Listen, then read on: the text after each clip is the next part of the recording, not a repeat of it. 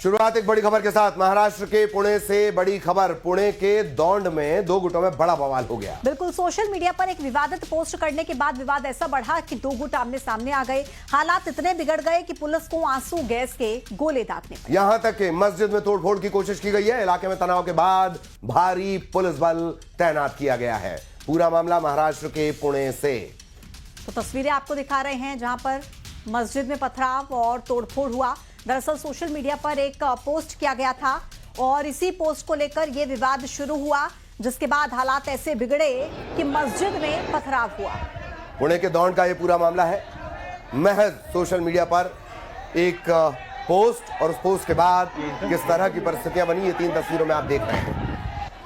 दो गुट आपस में भिड़ गए और पुलिस ने स्थिति को कंट्रोल करने के लिए आंसू गैस के गोले दागे। इस तरीके की स्थिति 3 तस्वीरों के माध्यम से आप समझिए। पुणे की तस्वीरें हैं, दो गुटों के बीच जमकर बवाल। और बवाल शुरू कैसे हुआ? सोशल मीडिया पर एक पोस्ट करने को लेकर, एक विवादास्पद पोस्ट, जिसके बाद ये बवाल शुरू हुआ। दो गुट आपस में भिड़ गए। उधर मस्जिद के पास आप देखिए तोड़फोड़।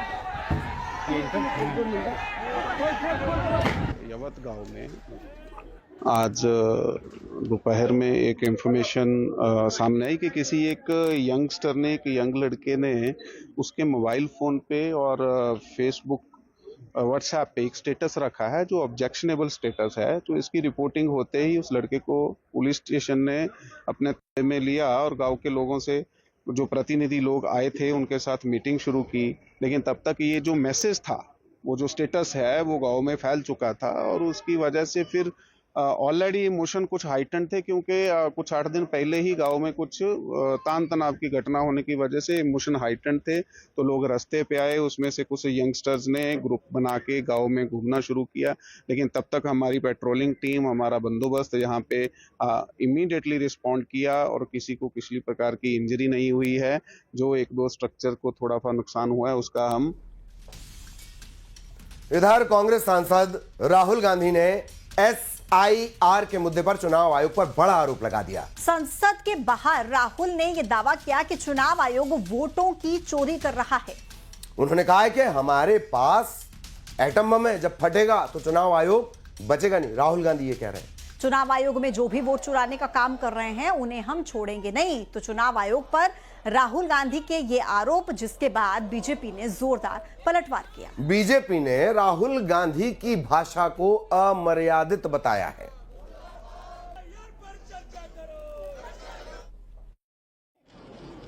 अपना ही इन्वेस्टिगेशन करवाया, उसमें 6 महीने लगे और जो हमें मिला है वो एटम बॉम्ब है। मतलब एटम बॉम्ब है, फटेगा तो आप इलेक्शन कमीशन आपको दिखेगा नहीं हिंदुस्तान में। मैं ये बड़ी सीरियसली बोल रहा हूं। जो भी ये काम कर रहे हैं, ठीक है, इलेक्शन कमीशन में जो भी ये काम कर रहे हैं, right from the top to the bottom, आप एक बात याद रखिए, आपको हम छोड़ेंगे नहीं। कुछ भी हो जाए हम छोड़ेंगे नहीं आपको, क्योंकि आप हिंदुस्तान के खिलाफ काम कर रहे हो। ये ट्रीजन है और कम, इससे कम नहीं है। तो आप याद रखिए, आप कहीं भी हो, रिटायर्ड हो, कुछ भी हो, ठीक है, हम आपको ढूंढ के निकालेंगे।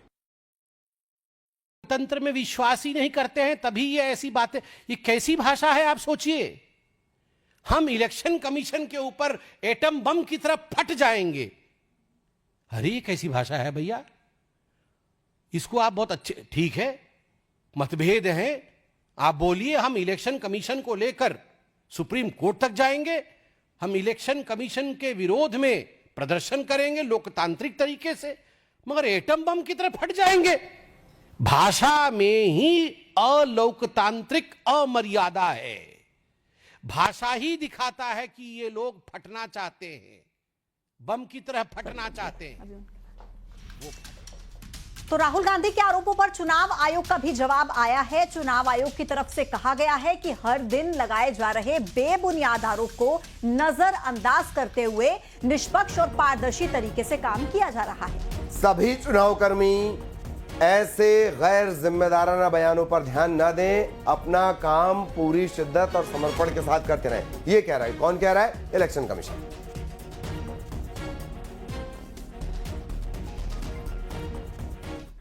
और इधर चुनाव आयोग ने उपराष्ट्रपति चुनाव के लिए शेड्यूल जारी कर दिया है। नोटिफिकेशन के हिसाब से 21 अगस्त को उपराष्ट्रपति पद के लिए नामांकन की आखिरी तारीख है। अगर विपक्ष इस चुनाव में अपना उम्मीदवार खड़ा नहीं करेगा तो उपराष्ट्रपति निर्विरोध चुन लिए जाएंगे। उपराष्ट्रपति के चुनाव में वोटिंग गुप्त होती है, ऐसे में क्रॉस वोटिंग की संभावना भी रहती है। चुनाव आयोग द्वारा जारी शेड्यूल के मुताबिक क्या कुछ कब कैसे होने वाला है वो आपके सामने है। 7 अगस्त को इलेक्शन कमीशन उपराष्ट्रपति चुनाव के संबंध में नोटिफिकेशन जारी करेगा। पद के लिए नॉमिनेशन दाखिल करने की आखिरी तारीख 21 अगस्त तय की गई है। इसके बाद 22 अगस्त को सभी दाखिल नॉमिनेशन की स्क्रूटनी की जाएगी। 25 अगस्त को कैंडिडेट द्वारा नामांकन वापस लेने की अंतिम तारीख रहेगी। 9 सितंबर को संसद सदस्य उम्मीदवार के लिए मतदान करेंगे। मतदान का समय सुबह 10 बजे से शाम 5 बजे तक रखा गया है। इस चुनाव में राज्यसभा के 233 इलेक्टेड और 12 नॉमिनेटेड, लोकसभा के 543 सदस्य चुनाव में हिस्सा लेंगे। और चुनाव आयोग की तरफ से शेड्यूल जारी होने के बाद सियासी सरगर्मी भी तेज हो गई है। दरअसल 21 जुलाई को जगदीप धनखड़ ने उपराष्ट्रपति के पद से इस्तीफा दिया था। उनका कार्यकाल 10 अगस्त 2027 को खत्म होने वाला था। लेकिन धनखड़ ने स्वास्थ्य कारणों का हवाला दिया और अपने इस्तीफे की घोषणा कर दी। मध्य प्रदेश विधानसभा के मॉनसून सत्र की बात करेंगे। 5वें दिन भी कांग्रेस का प्रदर्शन वहां पर देखने को मिला है। खाद की किल्लत को लेकर विधायकों ने प्रदर्शन किया। गांधी प्रतिमा के सामने सांकेतिक खाद की बोरी लेकर कांग्रेस के विधायक पहुंचे। सरकार के खिलाफ जमकर नारेबाजी की तो उधर कांग्रेस के इस प्रदर्शन पर मुख्यमंत्री डॉक्टर मोहन यादव ने कहा कि मध्य प्रदेश में खाद की किल्लत नहीं है। कांग्रेस बेवजह मुद्दा बनाती है, यह कांग्रेस की आदत है।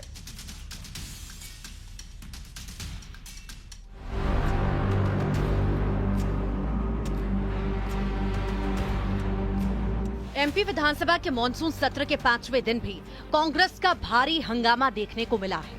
विपक्ष ने खाद की किल्लत को लेकर प्रदर्शन किया। गांधी प्रतिमा के सामने सांकेतिक खाद की बोरी लेकर कांग्रेस के विधायक पहुंचे और सरकार के खिलाफ जमकर नारेबाजी की। कांग्रेस दो मुही नीति अपनाती है। कांग्रेस के शासनकाल में कितना हाहाकार मचता था, कितनी की कालाबाजारी होती थी, ये किसी से छिपा हुआ नहीं है। वैश्विक घटना भी हमारे सामने है। जब इंपोर्ट कराने के लिए कितनी चुनौती, उसके बावजूद भी यशस्वी प्रधानमंत्री ने हमारे राज्य के लिए वो सब प्रबंधन किए हैं। इसलिए किसी प्रकार की कोई कठिनाई, कोई खाद में किसी बात की तकलीफ नहीं आएगी। कांग्रेस का आरोप है कि प्रदेश में किसान खाद के लिए परेशान हैं। घंटों में लाइन में लगने के बाद भी किसानों को खाद नहीं मिलता, लेकिन फिर भी सरकार का इस पर कोई ध्यान नहीं। पूरे प्रदेश के अंदर परेशानी चल रही है। किसान परेशान है, लाइनों में लग रहा है, हड़तालें कर रहा है। आज किसान की रोजी रोटी, उसका पेट उसकी फसल से जुड़ा हुआ। उसकी फसल को अगर खाद नहीं मिलेगी तो कैसे? किसानों के आंसू पोंछने वाली सरकार नहीं है। मध्य प्रदेश में कहीं भी किसानों का कोई आंदोलन नहीं हुआ खाद के लिए। पर्याप्त मात्रा में जहां से डिमांड आती है वहां खाद पहुंचाई जा रही है। ये डॉक्टर मोहन यादव जी की सरकार है, संवेदनशील सरकार है। कांग्रेस के प्रदर्शन पर कृषि मंत्री एंदल सिंह कंसारा ने कहा कि एमपी में खाद की किल्लत नहीं है, खाद को बेवजह मुद्दा बनाया जा रहा है। जांच करा रहे, लैब के लिए हमने लखनऊ भेजा है। लैब के लिए लखनऊ भेजा है। जांच प्रतिवेदन आने के बाद कार्रवाई की जाएगी। लेकिन नैनो यूरिया से नहीं हो रहे। नैनो यूरिया से कोई नुकसान नहीं है। कांग्रेस का कहना निराधार है। खाद की कोई कमी नहीं। मध्य प्रदेश और हिंदुस्तान की जनता ने बंद कर दिया है। कांग्रेस को ना जनता खाद देना चाहती, ना कांग्रेस को बीज देना चाहती, और कांग्रेस का बीज तो पहले से ही खराब हो चुका है। इसलिए आप देख रहे हो कि 15-20 साल से कांग्रेस खरपतवार की तरह उगती है और मौसम के साथ खत्म हो जाती है। जिस तरह हम बोलते हैं कि गाजर घास और कांग्रेस घास में कोई फर्क नहीं है। रहा सवाल किसानों के लिए, तो किसानों के लिए खाद भी उपलब्ध है, बीज भी उपलब्ध है। एक तरफ विपक्ष का आरोप है और दूसरी तरफ सरकार के दावे, लेकिन हकीकत क्या है वो आप इन तस्वीरों को देखकर समझ सकते हैं। प्रदेश में किसानों को खाद मिल रही है या फिर खाद की किल्लत है। गांव से आए मैं दुर्गाड़ा से आया हूँ खाद के लिए, और भीड़ तो आप देख ही रहे हो। यहाँ पे किसान परेशान है विगत 2 महीनों से, प्रशासन कोई सुध नहीं ले रहा है। रात रात भर लोग किसान यहाँ पे पानी में मच्छरों में परेशान हो रहे, पर शासन को कोई उसकी परवाह नहीं। भैया आपको अभी तक खाद मिली या नहीं मिली? नहीं मिली। क्या कारण रहा? खाद पर्याप्त है ही नहीं, भीड़ लग रही है, लाइन लगना पड़ता है, लाइन लग नहीं पाते। आज लाइन ऐसा लग रहा था कि बारिश के कारण भीड़ कम होगी, परंतु हकीकत यह है कि खाद के लिए किसान परेशान हैं। घंटों लाइन में लगने के बाद भी उनको खाद नहीं मिल रही। भोपाल से शैलेंद्र सिंह, न्यूज़ 18।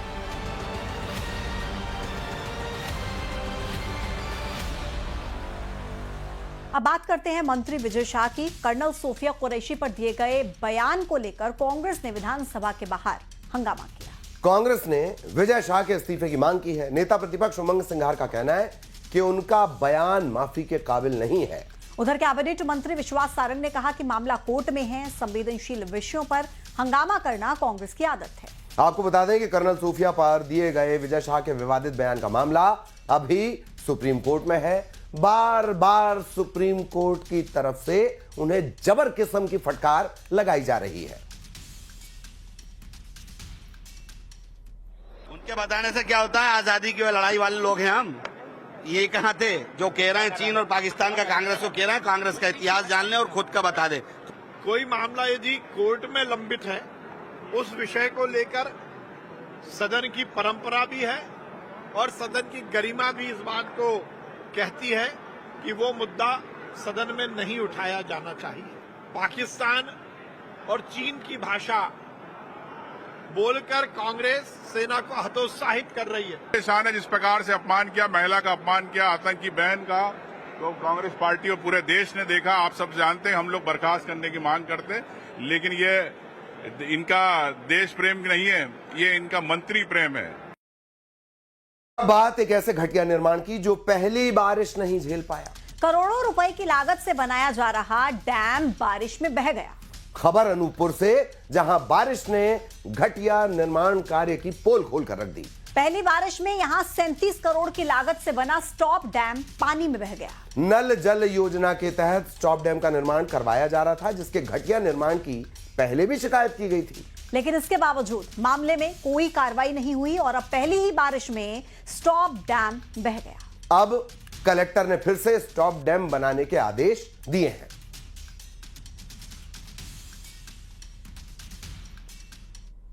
एक गुणवत्ता विहीन कार्य चल रहा था, जिसका हम लगातार पत्राचार कर रहे थे। पत्राचार करने के बावजूद भी गुणवत्ता विहीन ही कार्य चलता रहा, उस पर कंट्रोल नहीं किया गया। निर्माण चल रहा है उसका 2022 से कंटिन्यू। आज 1 अगस्त है। तारीख इसलिए महत्वपूर्ण क्योंकि आज से राजधानी भोपाल और इंदौर में पेट्रोल पंप पर बिना हेलमेट पेट्रोल नहीं मिलेगा। यानी कि अब आपको पेट्रोल के लिए हेलमेट पहनना ही पड़ेगा, तभी आपको पेट्रोल मिलेगा। हालांकि इसका इतना असर अभी देखने को नहीं मिल रहा है। अब भी लोग बिना हेलमेट के दुपहिया वाहन चला रहे हैं। पेट्रोल पंप पर पेट्रोल नहीं मिला तो लोगों ने हेलमेट का जुगाड़ करके वहीं पर पेट्रोल ले लिया। और राजधानी भोपाल और इंदौर से हमारे संवाददाता ने हेलमेट को लेकर लोगों से बातचीत भी की है। लोगों का मिला जुला रिएक्शन इससे लेकर सामने आया है। बहुत अच्छा है सर, हमारी भी गलती है, इससे बहुत हादसे हो जाते हैं हेलमेट नहीं पहनने से। तो फिर अच्छा योगदान मतलब ये है। सर, सरकार ने आदेश किया है कि बगैर हेलमेट के पेट्रोल नहीं मिलेगा। सामने वाली दुकान हमारी है, दुकान पार करके इतना हेलमेट पहनेगा तो आदमी दुकानदारी कैसे करेगा? लेकिन वैसे इस नियम को कैसे? आपसे बता रहा हूँ, बिल्कुल गलत मानता हूँ, क्योंकि जहाँ चोर जा रहा है वो तो पकड़ नहीं पा रहे हैं, लेकिन एक बगैर हेलमेट वाले को ऐसे पकड़ते हैं जैसे आतंकी को पकड़ लिया। चलो मेरे साथ हर जगह दिखा दो। अब क्या करें भैया, अब एकदम ड्यूटी वाले हैं, अब क्या कर सकते हैं। अब यहाँ से वापस अरविंदो जाना है, जब तक गाड़ी जाएगी क्या हमारी, अभी चिंता लगोगी। वही तो जुगाड़ में मिल रहा है कि नहीं मिल रहा है? नहीं दे रहे ना ये लोग, नहीं दे रहे। परेशान हो रही है, परेशान हो रहे हैं। पेट्रोल हाँ नहीं दे रहे साहब। क्या बोल रहे हैं? हेलमेट कंपलसरी कर दिया, हेलमेट के बिना नहीं देंगे। ये देखिए, ये तस्वीर हम आपको दिखा रहे हैं कि जुगाड़ हो गया। अभी हम इस जुगाड़ की बात कर रहे हैं और शायद इसी को लेकर सख्ती की बात कही जा रही है, लेकिन समझने वाली बात है कि आपको हेलमेट लगाना है आपकी सुरक्षा के लिए। 1 घंटा हो गया मुझे खड़े खड़े, कोई दे नहीं रहा। अब लेडीज को दे दिया किसी ने हेलमेट, मुझे दे नहीं दिया। हाँ जुगाड़ में काम नहीं आ रही? नहीं, जुगाड़ काम ही नहीं कर रही है। मैंने बोला 20 रुपए ले ले भैया, 20 रुपए में भी नहीं दे रहा कोई हेलमेट। अच्छा, हाँ। तो ऐसा तो नहीं कि तेल का भी आपने बोल दिया कि पेट्रोल का रेट ज्यादा ले लो यार, लेकिन नहीं दे रहे, तो भी नहीं दे रहे, तो भी नहीं दे रहे, मना कर दिया? हाँ, मना कर दिया सीधा। नेताजी काम नहीं आ रहे लगता है आज? नहीं आ रहे नेताजी, काम में नहीं आ रहे। नेताजी सो रहे हैं, फोन भी लगाएंगे, कोई काम में नहीं आ रहे नेताजी भी। पेट्रोल मिल ही नहीं रहा है। अब यहाँ पे यही है क्या, हेलमेट लेके आओ अपना खुद का पर्सनल, तभी पेट्रोल मिलेगा, नहीं तो नहीं मिलेगा जुगाड़। अब खबर ग्वालियर से है। गोले का मंदिर स्थित देवी कॉलोनी के लोगों ने अनोखे तरीके से प्रदर्शन किया। लोगों ने निगम के अधिकारी को मक्कारी की माला पहनाई है। दरअसल कॉलोनी के लोगों ने आम रास्ते पर अवैध कब्जे के विरोध में निगम के जोनल अधिकारी को शिकायती आवेदन दिया था, लेकिन जोनल अधिकारी ने इस मामले में कार्रवाई करने की जगह आवेदन को फाड़कर डस्टबिन में डाल दिया। जिसके बाद जोनल अधिकारी के खिलाफ कॉलोनी के लोगों ने अनोखा प्रदर्शन किया और जोनल अधिकारी को मक्कारी की माला पहनाई।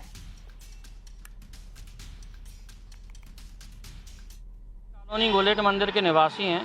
हमारी कॉलोनी के आम रास्ते को कुसुम शर्मा और उनके पुत्र गोपाल शर्मा जो कि पुलिस में हैं, उनके द्वारा आम रास्ते को बंद कर दिया गया है। और उसके संबंध में हमने आवेदन दिया था 25 तारीख को जैडो साहब को, और जिसकी उन्होंने पावती नहीं दी थी। तो 26 तारीख को हम लोग पावती लेने और कार्रवाई के संबंध में पूछने आए तो उन्होंने कहा हमारे पास कोई आवेदन नहीं है। हम कॉलोनी वासियों ने कहा कि कल आपको मैं। छतरपुर से खबर, जहां कांटी के सरकारी स्कूल में क्लास में ही टीचर के सोने का वीडियो वायरल हो रहा है। क्लास के अंदर शिक्षक अरविंद सिंह ने चटाई बिछाई और सिर के नीचे बच्चों के बैग रखे और सोते हुए नजर आए। वीडियो वायरल होने के बाद डीईओ ने शिक्षक को निलंबित कर दिया है।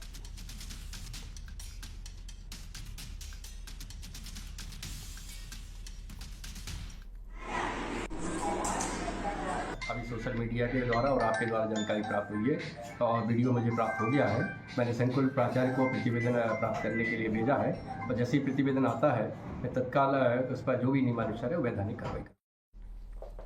मालेगांव ब्लास्ट केस में एक बहुत बड़ा पर्दाफाश हुआ है। महाराष्ट्र एटीएस के पूर्व अधिकारी हैं महबूब मुजावर।